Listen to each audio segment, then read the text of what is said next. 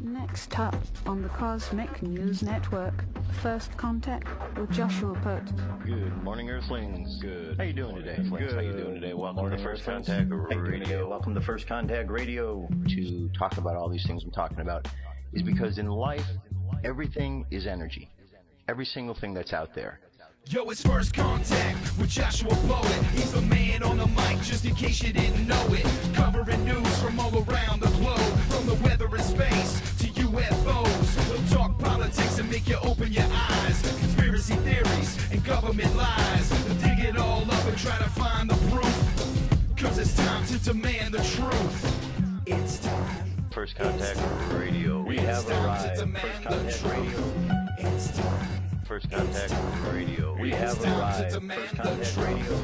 It's time. First Contact Radio. It's time to demand First the Contact truth. Radio. We have arrived. First Contact Radio. It's time to demand the truth. Good morning, Earthlings. How you doing today? Welcome to First Contact Radio. Hope you are well today. Let's look and see what we're dealing with.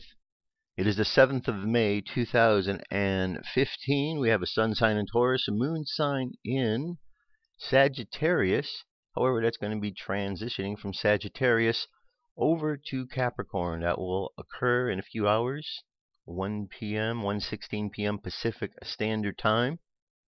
We're only going to be void, of course, today for a short period of time. Not even an hour, less than an hour, 16, 19, 25 minutes. So, here's what we got going on. Sun sign Taurus, you know about Taurus, right? Taurus is the Hierophant. Taurus is Hebrew letter Vav, connecting, a nail or hook, connecting spirit to the physical, right? That's Taurus. Now, our moon sign, as you know, has been Sagittarius, right? Sagittarius, truth, fire. But we're getting ready to make that transition. And we're getting ready to make the transition to Capricorn. Here's the sign of Capricorn, the card of the devil. Oh, no. So you know what we're going to do today? We're going to face what this is all about. Why? Because there's a deeper meaning to this. You see, some people might see this and say, this is something bad. This is the devil. No, this is just a representation of the idea of misinformation. That's what this represents. Hebrew letter on here, ayin, means I. So the whole idea is we're supposed to look past illusion. This is an illusion. We're supposed to look past the illusion to see what's beyond it. And guess what's beyond it? Dun, da, da, da. See the similarity? Okay. You got the three characters. Same three. Except in one case, you've got an angel here. In one case, you have this devil. An illusion. Okay. So we're in the physical world. In the physical world, sometimes we get caught up and we forget about the fire, the water, the air that makes up the earth. So we think earth is it. And that's the illusion when we think that earth is the only thing because we forget to see. And then we just base our whole world around the earth, the material things. And we become ignorant of other forms of energy. That's what it's all about. So today we're going to deal with this issue. We're going to look at things that maybe have one meaning and actually has a deeper meaning. We're going to try to understand. It's like the word occult. A lot of people don't understand what the word occult is about. They think that, oh no, these cards, these tarot, this is occult sciences. Yeah, you know what occult means? That which is hidden. That's it. That which is hidden. So somebody is studying something that is hidden. Oh no. Doesn't mean evil. It means hidden. And after you study and you learn it, you become initiated into the true meaning of what it's about. And therefore you have a different understanding. That's what we need to get past because we're living in a world these days where we are so confused because we see something and we react. And we're reacting on emotions. We're reacting on our misinformation. So we need to look past that. So here we have this moving into Capricorn, 1:16 p.m. But prior to that, just before 1 o'clock at 12:51, we have a opposition. Sagittarius, truth, is going to be opposed to our imagination. Okay? So we could see it right here. Here's the Sagittarius. You can see the oppositions. All right? So we got Sagittarius opposite Venus. There's the moon in Sag. There's Venus, opposite. Okay? So like a teeter-totter. On one side, you got the Venus, love and imagination. The other side, you got truthfulness. If we want to get more specific, here we have Venus is right down here in Gemini. Communication, so imagination in communication. The way we express ourselves into the world. Where on the other side, we have the truthfulness. Truthfulness. In our subconscious, wanting to express that. So the truthfulness of our subconscious is opposed or opposite of our imagination and how we want to communicate. And we need to find a balance between the two of those. So just like on a teeter-totter, if those on the teeter-totter play nice, everything works out great and everyone has a fun time. It's only when one side jumps off that things become out of balance. So that's what we're hoping for, to stay in balance today. And so then we move to 116. Capricorn now is our new moon sign. So we need to look past illusions. As we get into the evening, we have Venus is now moving into Cancer. Cancer is a water sign, emotions. So now our imagination and our love is all going to be connected with these emotions. Okay? It's moving right down here. Here's the sign of Cancer. It's also the sign of that represents the home life. Okay, so love and imagination in our home environment, love and imagination in our emotional realm, our emotional world. And you can take all of the tarot cards and you can relate them to here. We have the Emperor, the Hierophant, the Lovers. Here we have the Chariot. We need to put on our armor to protect ourselves from the emotions so we don't get caught up. Because if we get caught up in our emotions, we just act like a bull. We see a color and we run. We chase it. We want to knock it down. We're supposed to be people, not animals. Therefore, we shouldn't act on emotions like that. Okay? 18 Liar on the Jewish calendar. Day count 34 of the Omer. Counting the Omer. So we're counting to 49. So we've got 15 more days to go. Daily thought is priorities. The natural tendency is to treat matters of the spirit as luxury items, sort of an appendage to life.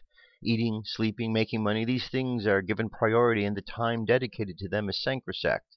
But prayer, meditation, and study fit in only when you feel like it and are pushed aside on the slightest whim. You've got to make your priorities faithful to your inner self. You've got to ask yourself, is this what your life is all about? Set a schedule for spiritually enriching activities. Be as tough with the schedule as a workaholic would be with their business. Current moon phase is 87%, making our way down to the new moon. Space weather, our solar wind is currently at 402.9 kilometers per second. Our planetary K-index at the moment is quiet. However, over the next 24 hours, we could become unsettled again up into the 4 range. Remember, this is a scale up to 9. A couple weeks ago, we were at a 8, so we were way intense in the energy. Big coronal hole at the bottom here. Nothing directly facing us, so no notification that we're going to get hit by any solar wind, but eventually something will change, I'm guessing. M-class flare possibility has jumped up 5% from 55 to 60. So there's a 60% chance we're going to have an M-class flare, medium flare. And a 15% chance it's going to be an X flare. We've jumped up from there, so things are increasing. Geomagnetic storm activity, however, seems to be decreasing over the next 24 hours in both the high latitudes, or in the mid latitudes. In the high latitude, it's dropping down not quite as much, but it is dropping down as well. So things are subsiding and in one area and growing in the other, because you know why? It's all breathing. It's breath. The universe is breathing in and out, and that's what's taking place. Here we have the moon. If we look to the moon, to the right we got Saturn. It's above Scorpius. To the left here, Sagittarius. This is 1 hour before sunrise. Cans Venatasi, the hunting dogs, floats near the zenith these evenings inside the curl of the Big Dipper's handle. Now that the waning moon doesn't rise until 2 hours after dark. Go galaxy hunting with Sue French's Deep Sky Wonders article. And there you go. All right, so that's what we're looking at sky-wise. That is the cosmic weather today. Most important thing that I think we take out of this is we're moving into Capricorn, a sign of illusion.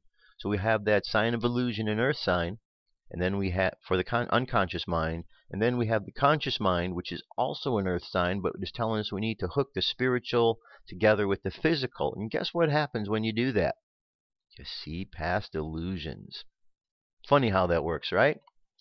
That is our UFO news, or that is our cosmic weather. We're going to the UFO news. Let's get to it.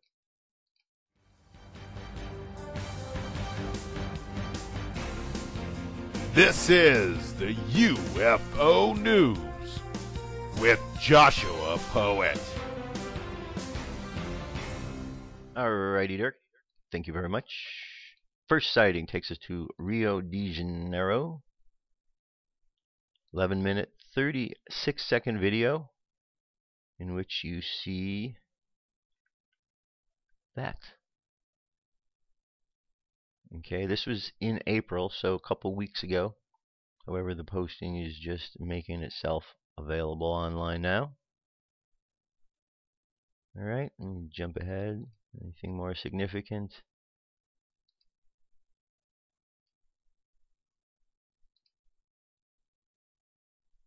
Okay. So links available so you can check it out, see what you think. Moving on. UFOs over New York City caught on live cam May 6th. There is the Empire State Building. Here we have, oh, look at that, a little UFO. Okay. Footage was caught by Orlando Bosca of YouTube. He keeps an eye out for UFOs and the live cams, and he has some good ones here. A glowing object changes color from red to blue, white, and green, hovers over a tall building in New York while people don't report seeing it. It's the big building. None ever look up. It's a big city. No one ever looks up. Okay. Video ends with a scene very close to the drama. Atlantis returns to the dock, and a giant and radiant UFO appears over the river and boats, projecting his abductor white beam on them. Tomorrow we'll know if someone disappeared in that area. Alright, this is a 15-minute video. It's quite a long time to have a sighting going on. Alright, firstcontactradio.com, that is the link. Mysterious sounds being captured from the edge of space. Alien sounds have been captured at the edge of space. The hisses and the whistles heard in the recordings were captured 22 miles above the Earth by a student last year. The recording equipment was sent by a graduate student as part of a NASA project to record sound from the edges of the atmosphere. The microphones picked up infrasound, frequency so low that they can't be heard by human ears, but by speeding up the recording means that the sounds can be heard. Recordings were taken from the helium balloon in August last year. The microphone dangled over New Mexico and Arizona and were one of 10 sent out by NASA as part of a high-altitude student platform. That helped get the first infrasound recordings taken at such altitudes, according to Daniel Bowman, the University of North Carolina student who captured the sounds. Bowman described the incident as like the X-Files. Okay, here's the infrared image. See if I can bring this in. I'm not hearing anything here, otherwise I'd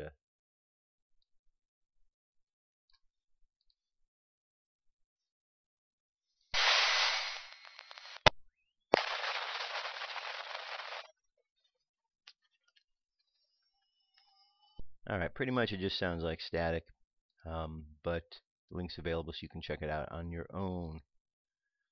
Roswell. Okay, this is more info on the release of information yesterday. Roswell, alien body negative found in old box. Astronaut Edgar Mitchell was at the unveiling in Mexico. Alrighty, there's our little alien dude, or dudette, could be a woman, female. Don't know, but you know, That's what's there, and here's a rendition of it, 3D rendition. See the little alien dude walking around. All right. Says on YouTube, Sidebox Media released a trailer about this alien slide they found. And this was the slide here. And then this is they're discussing the slides. And okay, I'm going to leave it all to you. I just wanted to bring this up. We talked about it yesterday. I don't really feel like I want to revisit this, so I'm going to move on, leaving the link available for you. Nick Pope writes this article at UFO Digest that says disclosure has happened. Disclosure is one of the most frequently used words in the UFO community, popularized by the likes of Dr. Stephen Greer and Steve Bassett. The term has become so key a concept that it's habitually capitalized and has become the desired end state for many when it comes to ufology. People have varying ideas about what might lead to disclosure and what the consequences would be, but it's fair to say that there's a fairly standard and cliched view of what disclosure would look like. Broadly speaking, the scenario people envisage consists of TV schedules being hurriedly cleared, followed by the U.S. President making an announcement that begins like this: "My fellow Americans, people of the world, we are not alone." Interesting, such a statement taken in isolation would pose no problems politically or legally. However, problems would arise as if transpired. For example, that an extraterrestrial spacecraft had crashed in Roswell in 1947, because the unstated implication would be that every administration since 47 had consistently lied about the issue. Maybe the lies could be justified, or maybe it could be argued that the administration hadn't lied at all, but that the debate for another day. The essential point is this: announcing the existence of extraterrestrial life isn't a problem, but acknowledging the existence of a cover-up is. When people ask me if or when I think disclosure will occur, I often reply by saying that it depends on what there is to disclosure. The problem is that many people in the UFO community think in absolute terms. An alien spacecraft crashed at Roswell in 1947, and the U.S. government has kept the secret for nearly 70 years. Therefore, there's a tangible thing that can be revealed. Fair enough. But what if the reality is different and much less clear-cut? Retired Army Colonel John Alexander previously claimed that disclosure has happened, while Rendlesham Forest UFO incident John Burroughs said that the confirmation trumps disclosure. Such statements might seem absurd, but in fact they show an astute grasp of the true situation. Let's run through some scenarios. Suppose that the major world government avoided something like this, like the cliched "my fellow Americans, people of the world, we are not alone," but instead to say something like this: "The unidentified aerial phenomena exist is indisputable. Credited with the ability to hover, land, take off, accelerate to exceptional velocities, and vanish, they can reportedly alter the direction of flight suddenly and clearly exhibit aerodynamic characteristics well beyond those of any known craft or missile, either manned or unmanned." Now suppose that the same major world government decided to declassify and release its archives of UFO files, and suppose it transpired that some of these material had been highly classified. Then suppose that to publicize the release of these files, one of the officials who had been responsible for the UFO policy and the investigations gave literally hundreds of mainstream TV, radio, newspaper, and magazine interviews stating that consistently over several decades a proportion of UFO sightings had defied any conventional explanation. Additionally, suppose that these positive statements about UFOs were used in the New York Times, Time Magazine, ABC, the BBC, and most major media outlets around the world. Finally, suppose that these quotes included statements like these: "These are probably the most fascinating, bizarre government files ever made available to the public." All right, you can see there's a lot more to the article. You know what? I'm not going to read any more, but I'm going to have to concur in this situation with Nick Pope that yes, indeed, disclosure has already happened. Disclosure with a small d, as Stephen Bassett would say, because the big D disclosure certainly is the one where we would like to see the governments come out. Will that ever happen? Well, thus far they simply have denied here in America. As a matter of fact, they've gone out of their way to deny. But if you read between the lines, if you've been spending time studying the subject, you know the information is out there. Disclosure has happened for those who are paying attention. And yesterday, when they disclosed this information about Roswell, it wasn't in the good old United States of America where this information was disclosed. It was disclosed in Mexico. Why? Because America, well, politicians, the people in power, they don't quite have the fortitude to be able to release some information because they think us Americans are too dumb to know this. So they just go on. So, meanwhile, other countries will continue to release stuff while America continues to circle the drain, slowly collapsing into a pile of what used to be a great nation as our leaders stand by and watch. Ferrari's design chief creates a beautiful spaceship of the future. Looking nice there. People are beginning to see their own potential at designing the future. We all want to live in. Take the designer of Ferrari, for instance. He created the Ferrari of the future. And boy, would I like to ride in that sweet thing. Ferrari knows the space travel is going to be fast, and they want a piece of it. The news article says Flavio Manzoli is credited with some of the most extreme designs to come out of the Ferrari in recent memory, including the La Ferrari, F12 Berlinetta, and the FXXK. But all of these pale in comparison to the latest creation to come out of his sketchbook. In fact, it's not a car at all. Manzoni took a break from styling some of the most beautiful vehicles on the planet to sketch his vision for a spacecraft of the future, lithe and fully chromed out, just as you'd expect any good sci-fi spacecraft to be. It turns out that he's had an obsession with UFOs since childhood, and there's no shortage of UFO inspiration there.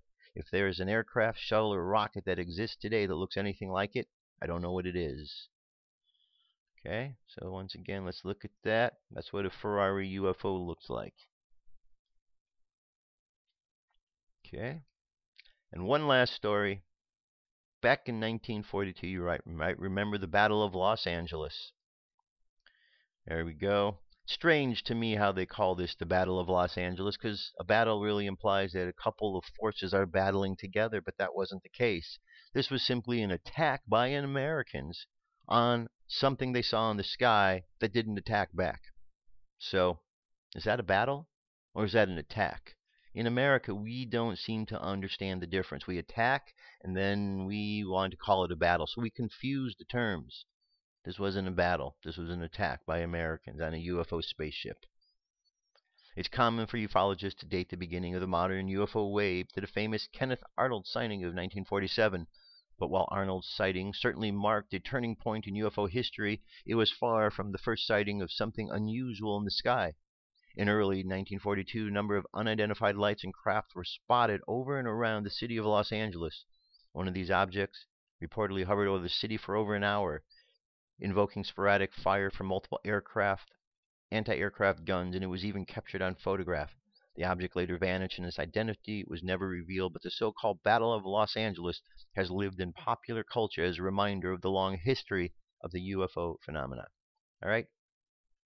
And that would be the end of that.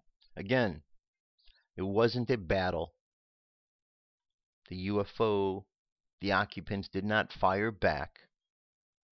They simply sat there and disappeared while they were fired upon by Americans. Now, in all fairness, the Americans thought this was the Japanese, but nonetheless, Americans attacked, Americans shot. It was not a battle, it was an attack. Just like when we go into these countries, they are not battles, they are invasions by Americans. That's what we do. And then we tell people that it's something else because we're pretty good at fooling Americans, because on the most part, we don't seem to be very smart anymore. We seem to rally and relish in our own stupidity for the most part. There are small packs of those who are paying attention. You know who they are, I know who they are, but we know there's lots of information out there that is completely being ignored by official and unofficial sources. All right, and there you have it. That is our UFO news. I'll be back. Come into our circle, Great Spirit. Fill our souls with peace.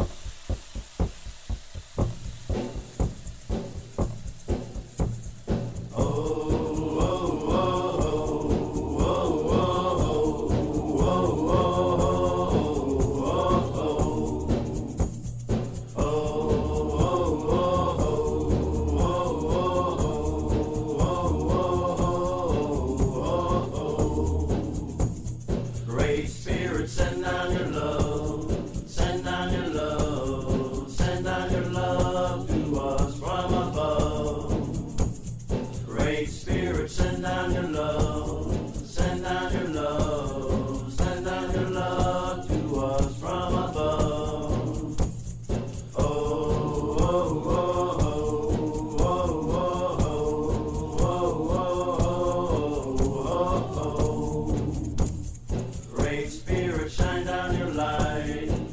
down your light, shine down your light to light our way.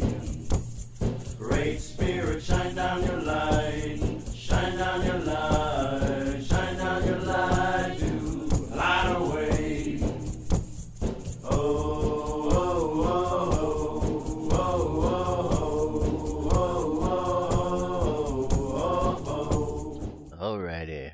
Moving on. Moving on. Next story here. Got a couple of good stories for you here. This one, giant planet found orbiting tiny star. But they can't explain how this happened. A huge exoplanet 500 light years from Earth has astronomers baffled. Dubbed HATS 6b, the newfound gas giant is considered too big for its host star and has a small tight orbit. On HATS 6b, 1 full year lasts a mere 3.3 days. Earth days, that is. We have found a small star with a giant planet the size of Jupiter orbiting very closely. George Zhao, a PhD student at Australian National University's Research School of Astrophysics and Astronomy in Canberra, and one of the researchers who discovered the planet, said in a written statement, "It must have formed further out and migrated in, but our theories can't explain how this happened." Astronomers have long believed that a planet formed out of the swirling disk of gas and dust around a newborn star, and as Zhou told the Huffington Post in an email, scientists also think that the protoplanetary disks around small stars contain less planet-forming material than the ones considered big stars. That raises an obvious question. Since its host star, an M dwarf known as HATS 6, is so small, so how can HATS 6b be so big? The existence of HATS 6b presents a challenge to the planet formation theories. Any comprehensive theory of planet formation must explain why gas giants are common around small stars, but still allow for the occasional formation of the planet. Okay, I'm going to leave it at that. But yet again, astronomers don't know what's going on. People that are experts, they don't truly understand what's going out there in the planets and the stars. So let's not pretend that they do. Let's not give all of our information up and all of our intellectual power up to them and have them tell us how to think. I know many people do. You know many people who do as well. But that's just unfortunate. All right, here is a ruling federal court. What's going on here? There we go. Federal Appeals Court rules NSA spying is illegal. Oh no, someone's doing something illegal and our government-related agencies say it isn't so. Phone data collection program exceeds the scope of what Congress has authorized, a judge ruled on Thursday. Dustin Volts. Federal Appeals Court ruled on Thursday that the National Security Agency's bulk collection of U.S. phone records is illegal, dealing a startling blow to the program just as Congress is weighing reforms to surveillance authorities. A three-part panel on the U.S. Circuit Court of Appeals deemed that dragnet collection of American call data does not constitute information relevant to terrorism investigations under Section 215 of the Patriot Act. The controversial program exposed publicity nearly 2 years ago by Edward Snowden exceeds the scope of what Congress has authorized, Judge Jared Lynch wrote in his decision. Two other appeals courts have in recent months heard arguments considering the legality of what the NSA bulk telephone program, but neither has issued a ruling yet. Any split among the courts will likely prompt a Supreme Court review. The NSA's domestic surveillance phone metadata, the number, timestamps, and duration of the calls, but not their content, came under intense scrutiny following the program's disclosure by Snowden, a former NSA contractor, in June 2013. The decision comes as Congress is weighing legislation that would reform several aspects of the NSA's surveillance regime, including an effective end to the bulk data program. The legislation, the USA Freedom Act, would instead allow the government to ask telecom companies for phone records on an as-needed basis for obtaining judicial approval for each query. Right, more to the article. But did we really need a judge to tell us it was illegal? Actually, we did, because they were doing it. And sometimes it's unfortunate that we have a society where we actually have to have somebody say this is wrong. Yet people can't live by their own responsibility. See, that's the problem. The examples that are coming to American citizens, or actually citizens around the world, the examples that are coming from leaders that lie, cheat, and steal. So how could we expect that the citizens of the country who are paying attention to the government, listening to what they are saying, be anything other than liars, cheaters, or thieves? It's difficult to do. And those who have managed to live a life without being a liar, a cheater, or a thief, good for you. Because you've gone against the grain. You've bucked the system. And I know in this day and age, that's kind of something that is a challenging thing to do. But thinking for ourselves is a lost art. Critical thinking doesn't seem to be encouraged, but it's very necessary. Russia's space cargo ship to burn up in atmosphere on Friday. Russia said an unmanned supply ship sent to the International Space Station will fall back to Earth Friday and burn up in the atmosphere after the spacecraft suffered a communications failure. The Progress supply ship is expected to end its existence on May 8th between 12:45 a.m. and 6:36 a.m. Moscow time, the Russian Space Agency said in a statement released on Thursday. The spaceship will completely burn up into layers of the atmosphere, and only a few small parts of its construction could reach the surface of our planet, the Space Agency said, and it said it would crash would be similar to a planned descent. Russia sends 3 or 4 such spacecraft per year to supply the ISS. Then they fall back to Earth and burn up in the atmosphere above the Pacific Ocean. The spacecraft, the Soviet design generally known for its reliability, blasted off for the ISS on April 28th, carrying cargo including oxygen, water, and spare parts for the orbiting space laboratory with its crew of 6 international astronauts, one of whom is set for a full-year stint. A few hours after launch, the mission control lost contact with it. A special commission is looking into the incident. The deputy head of Roscosmos Space Agency, Alexander Ivov, said last week. The ISS crew are not in danger, as an American supply ship could bring cargo by the 19th. Okay. ISS. Where is the ISS? Is the ISS up there, or is it in a big pool somewhere? I'm tending to think it's in a big pool somewhere, and Americans are just being fooled. Uh-oh. What's this behind me, you see? Yeah, this is what we're going to talk about next, the Confederate flag. Why? Because earlier in the show, I talked about how we needed to face the devil. We needed to face the illusions before us and see what the true meaning is. The true meaning of this flag is not what people think it is.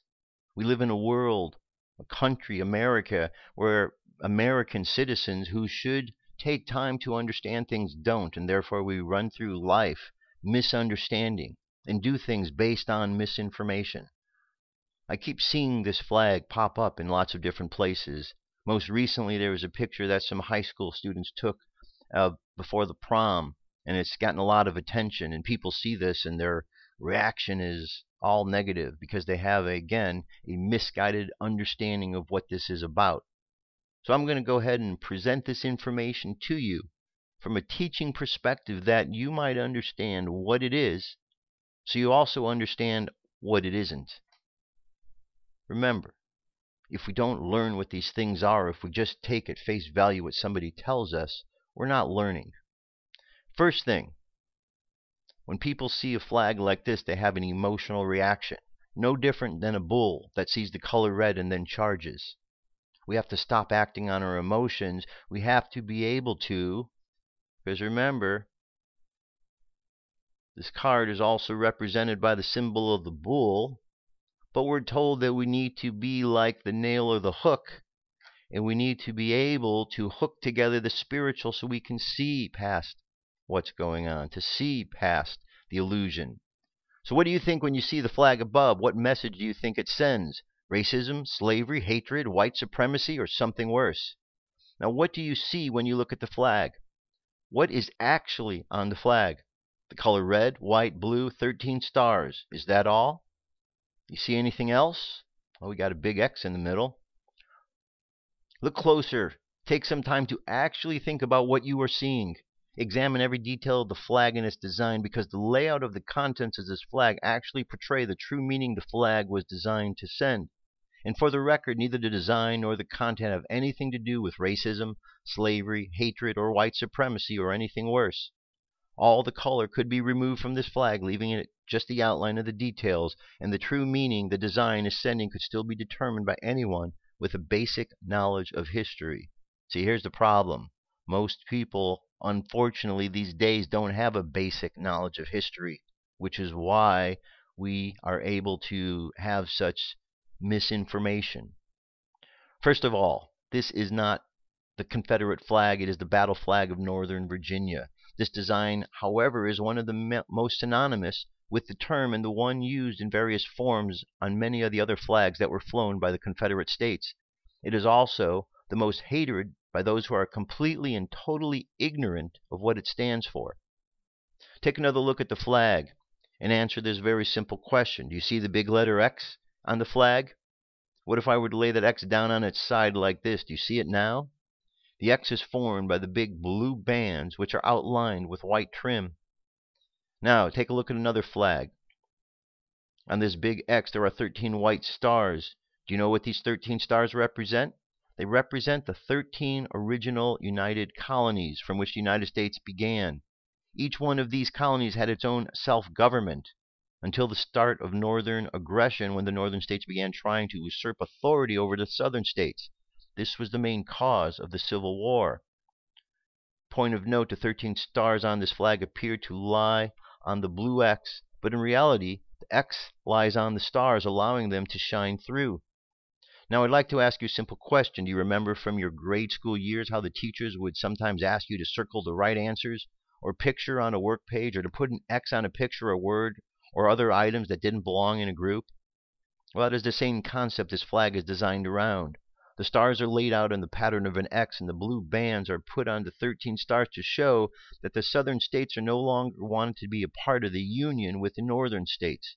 In simpler terms, the message of the flag's design is simply this: cross us out of your Union.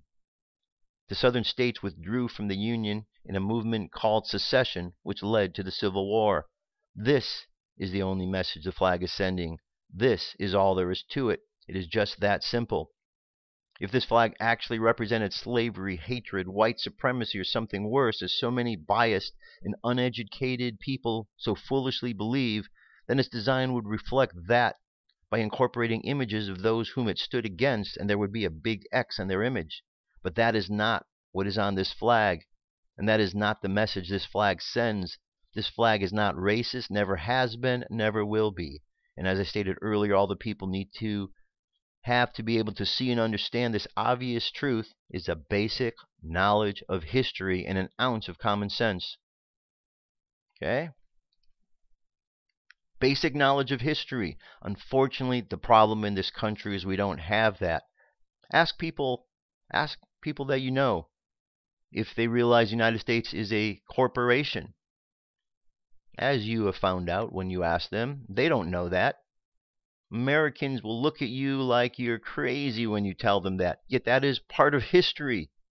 1871, we became a corporation. And there are many things throughout history that Americans don't understand. So we keep going on believing things. You know, there's a saying, those who don't remember the past are doomed to repeat it. We're repeating a lot of mistakes from the past that could be corrected if we only would take the time to truly understand. Again, let's refer back to the word cult. People are afraid to look at some of these sciences because they're occult sciences. Yeah, they're hidden. That which is hidden. That's all. There's no evil attached to it, so anybody who attaches evil to it, that's what their attachment is. Now, this flag has gotten a bad rap because different groups in the South that had ideas about racism and slavery adopted this flag, but it wasn't their flag to begin with. Not at all. Just the way that the swastika wasn't Hitler's, it was a symbol of peace, and he took it and flipped it around and gave it a different meaning on that particular symbol. And we can go on, and we can look at symbols and different ways that we look at life and see the meanings of them. And if we don't take the time to actually learn the meaning of something, we go around misinformed, saying, see that symbol? Every time I see it, it means this.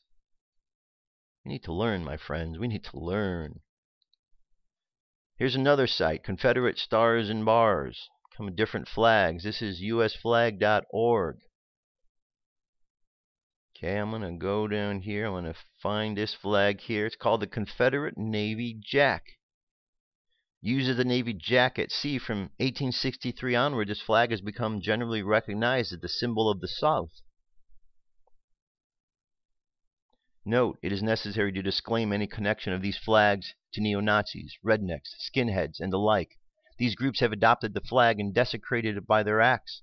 They have no right to use this flag. It's a flag of honor designed by the Confederacy as a banner representing states' rights and still revered by the South. In fact, under its attack, it still flies over South Carolina's Capitol building. The South denies any relation to the hate groups and denies them the right to use the flag of the Confederacy for any purposes. The crimes committed by these groups under the stolen banner of Confederacy only exasperate the lies which link the secession to slavery interest, when from a Southerner's view, the cause was states' rights. Okay? So, a Navy Jack used by the Navy. So if we're going to say that this symbol, this flag that was used by the Navy is racist, then we're going to have to say our Navy, which is a part of the United States government, is also racist. We know that's not true because the Navy employs people of all races, just like the government employs people of all races. These days and age, we might think that the present government seems to be a bit racist, and there might be some validity to that by some of the things they are doing, but certainly during the adoption and the time when this flag was used, that was not the case. Situation where we need to be smarter, and we are not doing a very good job of that. Now, let's change gears, okay? Let's change gears here to something else. Today is called the National Day of Prayer. Got a website here with all kind of information about it. Really doesn't need too much explanation because we all know what prayer is. And a National Day of Prayer means that everybody in the nation might be taking time out to pray together, which would be a good thing. Because as I said before, I truly believe that we are seeing the collapse of our civilization. We've often heard stories of other civilizations that have collapsed and wonder how that could be. Well, we no longer have to wonder. All we have to do is look around and see how we are behaving in the world this day, and we'll understand that we are in the midst of a collapse. So we do need prayer to pull us out of this tailspin that we're in, because otherwise we're going to have a whole lot of problems. And a lot of the issues that we have, of the anger and the hatreds towards each other, of the misunderstandings, could all be resolved if we just would take time out to connect the spiritual with the physical. National Day of Prayer. Connect the physical and the spiritual. Hook them together. Because when we have that spiritual understanding within ourselves, we're not going to be out there hating. We're not going to be out there lying, cheating, stealing. We're going to be carrying ourselves by a different set of standards. It's called personal responsibility. Personal responsibility. And when each and every individual takes it, we don't have problems. We don't have violence. We don't have hatred and anger and violence because people are personally being responsible, knowing the karmic consequences of their own actions. It all comes back to spiritual understanding because the actions in this world, this physical world, are taking place in the world of earth. But remember, we have the fire, the water, and the air. Therefore, we need to reach out to the fire, the water, the air, and spirit to bridge us together, hook them together, va. Okay? Moving on. What everyone needs to know about their chakras by Deepak Chopra. Each of the 7 chakras are governed by spiritual laws, principles of consciousness that we can use to cultivate greater harmony, happiness, and well-being in our lives and in the world. First, we have the root chakra, known as Sanskrit as the Muladhara. It is located at the base of the spine. It governs your most basic survival needs. When this chakra is clear and energy flows through it freely, we feel secure and confident that we can easily fulfill our needs. However, blockage in this area can cause us to feel anxious and worried. The spiritual law of karma governs the first energy centers. On the physical plane, every action you perform results in a corresponding reaction. To maximize the possibility that your actions generate evolutionary reactions, you can use your body as a choice-determining instrument. The second chakra is around the belly button. It's creative chakra. It's called the Svadhisthana, associated with creativity and all its expressions. Located in the area of your sexual organs, the energy of the center can be used for biological reproduction. When channeled into higher energy centers, it fuels the creative forces and enables you to paint a beautiful picture, build the business, or create a life of love and abundance. The third center, energy center, Manipura, located in your solar plexus, the seat of your power in the world. This is the center is open and flowing. You're capable of translating your intentions and desires into manifestation. When it is blocked, you feel frustrated and ineffectual. Fourth chakra is the heart. Heart chakra represents the unifying energy of love and compassion. Known as Anahata, it is located in the center of the chest. The heart chakra is dedicated to overcoming separation and division. When the heart center is blocked, there is a sense of alienation from others. When the heart center is open and flowing, you feel connected at a deep level to all beings in your life. The fifth center is expression chakra. The throat chakra, called Vishuddha, or Vishuddha in Sanskrit, is the center of expression. When the fifth chakra is open and flowing, you have the confidence that you are capable of communicating your needs. When your fifth chakra is obstructed, a person will often feel that they are not being heard. In order to feel alive and empowered, it is important that the energy center is clear. Blockages in this area are often associated with thyroid problems or chronic neck pain. The sixth chakra, intuition chakra. The intuition chakra, known in Sanskrit as Anja, is located in the forehead, in the center of insight and intuition. When this center is open, you have a deep sense of connection to your inner voice, and you feel guided in your choices. When blocked, there is a sense of self-doubt and distrust. The openings of this chakra is usually associated with a clear sense of connection to one's dharma or purpose in life. And the seventh chakra is consciousness chakra. The consciousness chakra, known as Dasharwa, is visualized as a lotus flower at the crown of the head. When the lotus unfolds its petals, the memory of wholeness is restored. Remember that your essential nature is unbounded and that you are spirit in disguise as a person. This is the full expression of yoga, the unification of being, of action, of universality and individuality. And last here, it says the yoga of meditation, the Upanishads tell us, as great as the infinite space beyond is the space within the lotus of the heart. From the time of your birth, you have been called to explore the world outside of you. Meditation is the exploration of your inner world. Yoga encourages you to be as familiar with your inner world of thoughts, feelings, memories, desires, and imagination as you are with your outer world. When you can move through both the inner and outer domains of life with freedom and joy, you fulfill the highest purposes of yoga. All right, there you go. So that's a nice little Deepak Chopra explanation of the chakras. And that brings us to today's message. It comes to us from Ascended Master Hilarion and Archangel Michael.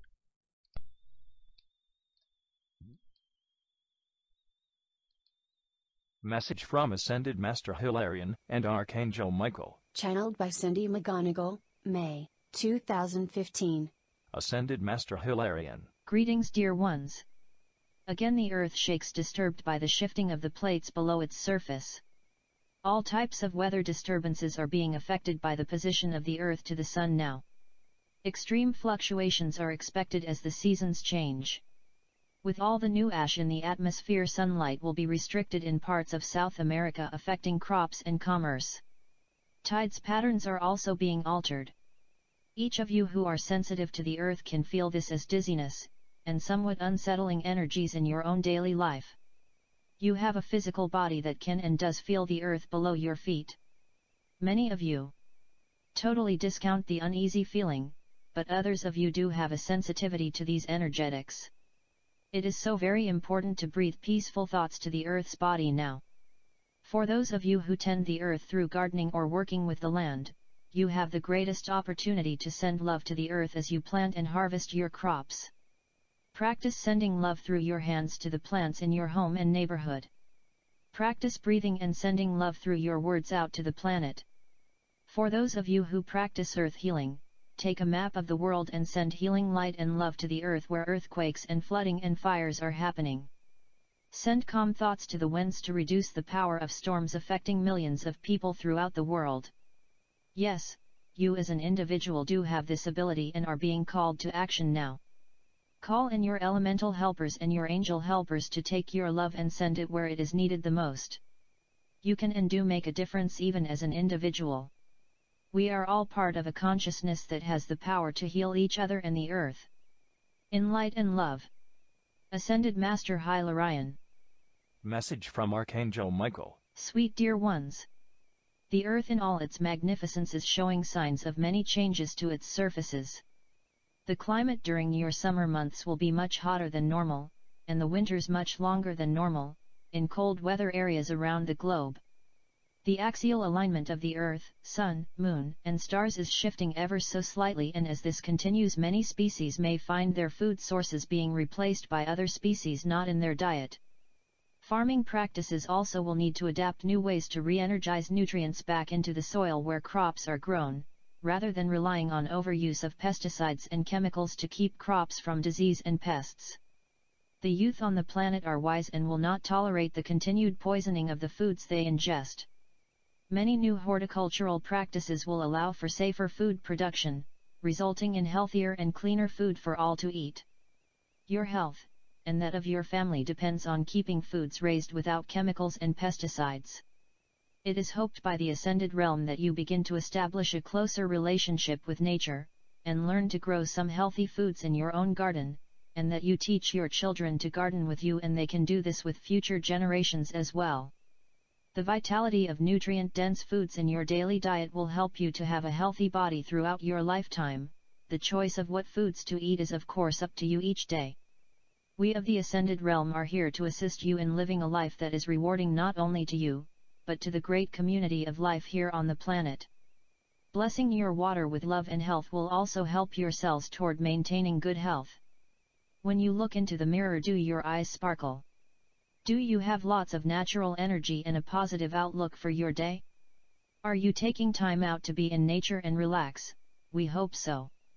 Taking time to spend with yourself, your guides and angel helpers can enrich your life, and help you to achieve a sense of peace and calmness, essential for optimum creativity, and the ability to contribute to the earth community you are part of. Breathe deep, share your love and light with others and the planet, and your life will reflect a natural synchronicity of grace and ease. With love and blessings. Archangel Michael. Alright. Very nice messages from Hilarion and Archangel Michael. Just reminding us of the changes we are going through. And that brings us to Warrior of the Light. Next message. And today we're on page 68. The warrior knows that there are occasional pauses in the struggle. There is no point in forcing things. He must have patience and wait for the two sides to clash again. In the silence of the battlefield, he listens to his heart beating. He notices that he is tense, that he is afraid. The warrior takes stock of his life. He makes sure that his sword is sharp, his heart satisfied, that faith still burns in his soul. He knows that maintenance is as important as action. There is always something not quite right, and the warrior takes advantage of those moments when time stops to equip himself better. So let's do our meditation now. Close your eyes. Take a deep breath and exhale. Another deep breath and exhale. Another breath. And exhale again. As that you're breathing, just be nice and steady. And with each and every breath, feel this energy circulating through your body. And as you feel this energy in your body, just feel what it feels like to be energized. And then let this energy that fills your body expand outward. Outward from your body until it expands so much that it fills the entire room with this energy. And then it expands outward from the room where you are out into the neighborhood. And from the neighborhood it continues to expand out into the city. From the city out into the state. From the state out into the country. From the country out across the oceans to all of the other countries upon the earth.